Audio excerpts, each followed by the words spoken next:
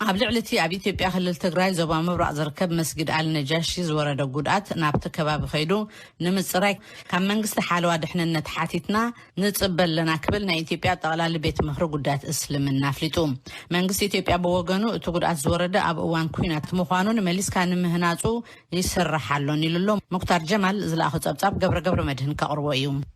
أبشاو عايك في الزمن كم زتهانت الزرابلو مسكيد بسنك توكينات ودعات كم زوردو تقاليس الله ودعات زوردو زسان حان تخونوون مزرارب مخانز جمرقن نايتهنس كفال أكالاتو ودعات كم زوردو زري فوتوغراف دحر موسيقيو توكينات سعبو أبكل التقراي استفلاليو في السامتات كزرب زسان حان تخونوون بزعبا مسجد نجاش جنس استسمعين برن التتكبار قبل على حد جن تاريخ استفاد سما جابني يبلو ممهر إمنة مسلم الناس خونو أستاذ كامل شمسو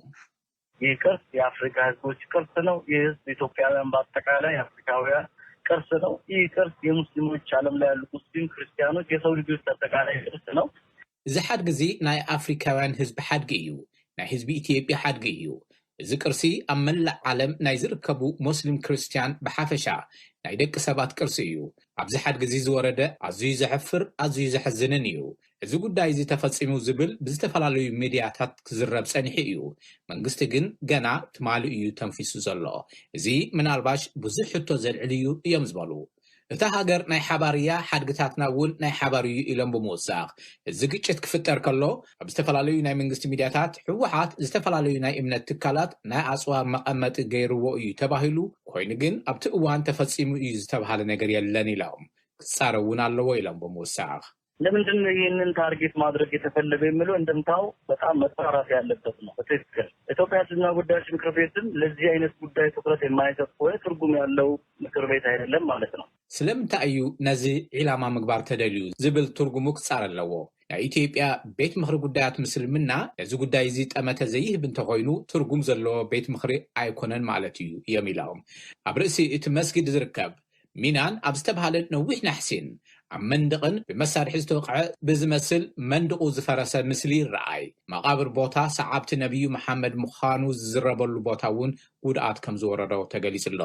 ብዛዕባ እዚ ቤት ምክሪ ጠቅላላ ጉዳያት ምስልምና ኢትዮጵያ ዝበሎ ነገር የለን ካብ ቪኦኤ ሕቶ ዝቀረበሎም ዋና ጸሓፊ ናይት ቤት ምክሪ ሼኽ ቃሲም መሐመድ ታጁዲ ከምዚ ኢሎም ገና ጉዳይ አሁን ከመንግስት ፈቃድ እየጠየቅን ነው እዛ ሄደን ሰዎቻችንን ቡድን ልከን አጣርተን ገና አይና ንሕና ካብ መንግስቲ ፍቃድ እንሓተትና ኢና ናብኡ ከይድና ጉጅለ ልኢኽና ኣጻሪና ኢና መልሲ ክንህብ ሓሲብና ዘለና እዮም ኢሎም ናብ ትግራይ ንምኻድ ሓለዋ ስለ ዘድሊ ምስ መንግስቲ ኣብ ምዝርራብ ኢና ንርከብ ብዛዕባ እዚ ምዝርራብ ካብ ንጅምር ሓደ ሰሙን ሓሊፍዎ ኣሎ ኢሎም ብምውሳኽ መጠን ናይቲ ዕንወት ማዕረ ክንደይ ምዃኑ ክሳብ ሎሚ ዝተገለጸ የለን እቲ ጉድኣት መን ከም ዝፈጸሞ ዝምልከት እውን ዝቐረበ ገለልተኛ መረዳእታ የለን ብዛዕባ እዚ ብቪኦኤ ዝተሓተቱ ወሃብ ቃል ሚኒስተር ጉዳያት ወፃኢ ኢትዮጵያ አምባሳደር ዲና ሙፍቲ እቲ ዕንወት ኣብ እዋን ኩናት ዝወረደ እዩ ኢሎም ቤዚካሊ እንግዲህ በግጭት ውስጥ የነበረ ሁኔታ ነው በዚህ አጋጣሚ እንደዚህ አይነት አደጋዎች ሊከሰቱ እንደሚችሉ ይታወቃል በመሰረቱ ኣብ ውሽጢ ግጭት ዝነበረ ኩነት እዩ በዚ አጋጣሚ ከም ዝበለ ሓደጋ ክወርድ ከም ዝኽእል ዝፍለጥ እዩ ዞም ኣብኡ ዘለዉ ሓይልታት ትካላት ሃይማኖት ባዕሎም ኣጥፊኦምን ኣበላሽዮምን ናብ መንግስቲ ብምጥባቕ ንመንግስቲ ንምኽሳስ ክሰርሕሉ ጸኒሖም እዮም መንግስቲ ግን ኣብ ልዕሊ ሃይማኖት ዝዘምተሉ ዝኾነ ይኹን ምኽንያት የብሉን እዮም ዝበሉ ዝተፈላለዩ ኪታባትን ሰነዳትን ሓዊሱ ካብ መስጊድ ነጃሽ ተወሲዶም እዮም ብፍላይ ድማ ነዚ ዝፈጸሙ ወታደራት ኤርትራ ምዃኖም ዝተፈላለዩ መራኸቢ ብዙሃን ከም ዝጸብጸቡን ዝወረደ ጉድኣት እውን ደንጉ ይወፅዩ እሞ ስለምንታይ መንግስቲ ስቕታ መሪፁ ኢሎም ዝሓቱ ኣለዉ እሞ ብዛዕባ እዚ ዘለኩም ርእቶ እንታይ እዩ ተባሂሎም ተሓቲቶም አምባሳደር ዲና ሙፍቲ ከምዚ ክብሉ መሊሶም የህግ ማስከበሩን ስራ የሰሩት በመከላከያ ሰራዊትና የክልል ሚሊሻዎችም ተደምረው ነው ከዚህ ውጪ የኛ ሌላ ሀገር ዜጎች በእጅ ማስከበሩ ስራ ውስጥ አልነበሩም አናቃቸው ሕግ ናይ ምኽባር ስራሕ ዝሰርሕዎ ሰራዊት ምክልኻልን ናይቲ ክልል ሚሊሻን ተደሚሮም እዮም ካብ ዝወፃኢ ናይ ካልእ ሃገር ዜጋታት ኣብ ስራሕቲ ምኽባር ሕጊ ኣይነበሩን ኣይንፈልጦምን እዚ እውን ካልእ ምህዞ እዩ ገና ብዙሕ ድርሰታት ክንሰምዕ ኢና እዮም ኢሎም አምባሳደር ዲና ብምውሳኽ ዝምልከቶም ኣካላት እቲ ዝወረደ ጉድኣት ንምጽጋን ይዘራረብሉ ኣለዉ ኢሎም ገብረ መድህን ካብዚ ካብ ሲልቨር ስፕሪንግ ሜሪላንድ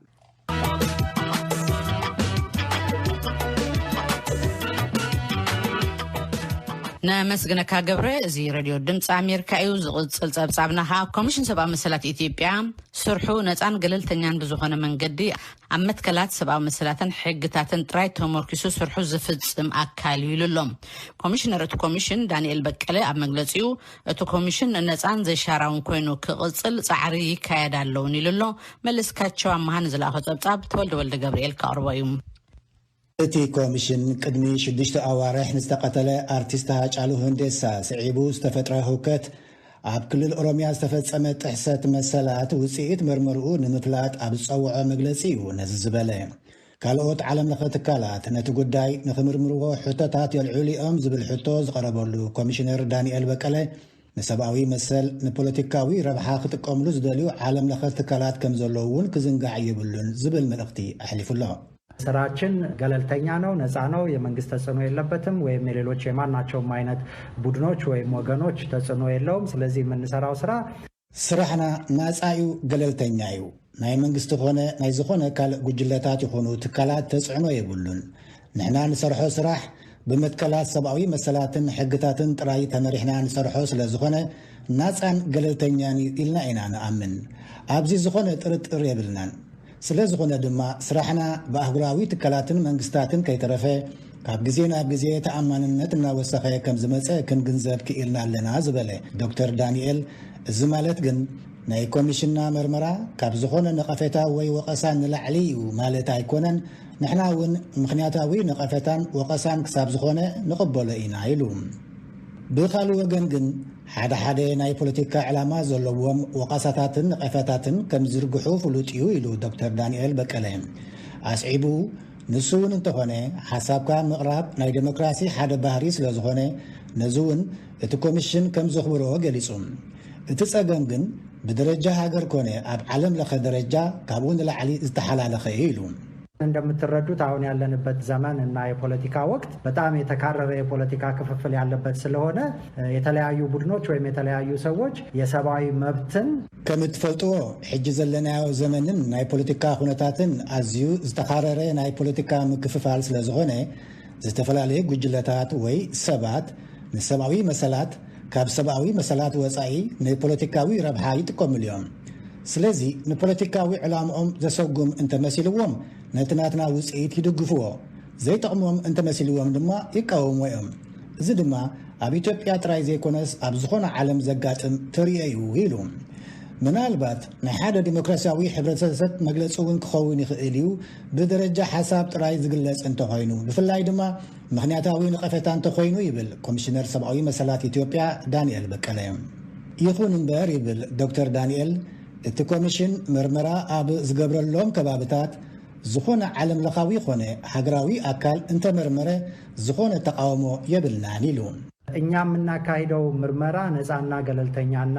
እውነተኛ መረጃ ላይ የተመሰረተ መሆኑን ብናምንም ነገር ግን ተጨማሪ ምርመራ ስራ አያስፈልግም የሚል እምነት ግን ደግሞ የለንም ንሕና እነካይዶ ምርመራ ናፃን ገለልተኛን ኣብ ሓቀኛ መረዳእታን ዝተመርኮሰ እዩ ኢልና ንኣምን እኳ እንተኾና ተወሳኺ ናይ ምርመራ ስራሕ ኣይድልን እዩ ዝብል እምነት የብልናን ናይ ወፃኢ ትካላት ይኹኑ ሚድያታት ካብቲ ንሕና እንገብሮ ምርመራ ተወሳኺ ምርመራ ክገብሩ ንድግፍ ኢና ንሕና ኣብ ስራሕና ስለ እንተኣማመን ይብል ዶክተር ዳንኤል በቀለ ካልእ ኣብቲ ጋዜጣዊ መግለፂ ዝቐረበ ሕቶ ንኣተሓሕዛ እስራትን ክሱሳትን ዝምልከት ክኸውን ከሎ ኣብዚ እውን ፀገም ከም ዘሎ ዶክተር ዳንኤል ብምጥቃስ ብምንፅፃር ምናልባት ኣብያተ ማእሰርቲ ኣብ ታሪክና ካብ ዝነበረ ጥሕሰት ሰብኣዊ መሰላት ዝሓሸ ኩነታት ኣሎ ክበሃል ዝከኣል እኳ እንተኾነ ሕጂ እውን ብዙሕ ዝተርፍ ነገር ኣሎ ኢሉ በልዩ ልዩ እስር ቤቶች ውስጥ ከፍርድ ቤት ትዕዛዝ ውጪ ታስረው ያሉ ሰዎች እንዳሉ እንመለከታለን የዋስትና መብት ተፈቅዶላቸው ያልተለቀቁ ብዙ እስረኞች እንዳሉ እንመለከታለን ኣብ ዝተፈላለዩ ኣብያተ ማእሰርቲ ካብ ትዕዛዝ ቤት ፍርዲ ወፃኢ ተኣሲሮም ዘለዉ ሰባት ከም ዘለዉ ርኢና ኢና ናይ ወሕስ መሰል ተፈቂድሎም ዘይተፈትሑ ብዙሓት እሱራት ከም ዘለዉ ንፈልጥ ኢና ኣብ ሓደ ቦታታት ብፍላይ ኣብ ከተማታት ክልላት ኣብ ቤት ማእሰርቲ መጥቃዕቲ ዝወረዶም ሰባት እውን የጋጥሙና እዮም ስለዚ እዚኦም ኩሎም ዘተሓሳስቡና ጉዳያት እዮም ብቐረባ ንከታተሎም ኢና ኣብ ዝተፈላለየ እዋናት ምስ ሰበስልጣን እውን ክንዛረበሉ ዝፀናሕናን ቁርብ ውፅኢት ዝረኸብናሉን ጉዳይ እዩ ግን ዘይተፈትሐ ፀገም እዩ የተሓሳስበና እዩ ምክትታልና ክንቅፅል ኢና ኢሉን ኮሚሽነር ሰብኣዊ መሰላት ኢትዮጵያ ኣብ ክልል ኦሮሚያ ብዝተፈላለዩ ጉጅለታት ዝተፈጸሙ መጥቃዕታት ንምክልኻልን ደው ንምባልን ክፍሊ ፀጥታ ዝነበሮ ተራ ከምኡውን ኣገልግሎት ጥዕና ምድንጓዩ ብዝምልከት ዝነበረ ኩነታት ብዝምልከት ዓቃቢ ሕግን ፖሊስን ካብ ዝገበሮ ምርመራ ወፃኢ ናፃን ገለልተኛ ምርመራ እውን ንኽግበር እቲ ኮሚሽን ሓሳብ ምቕራቡ ይዝከር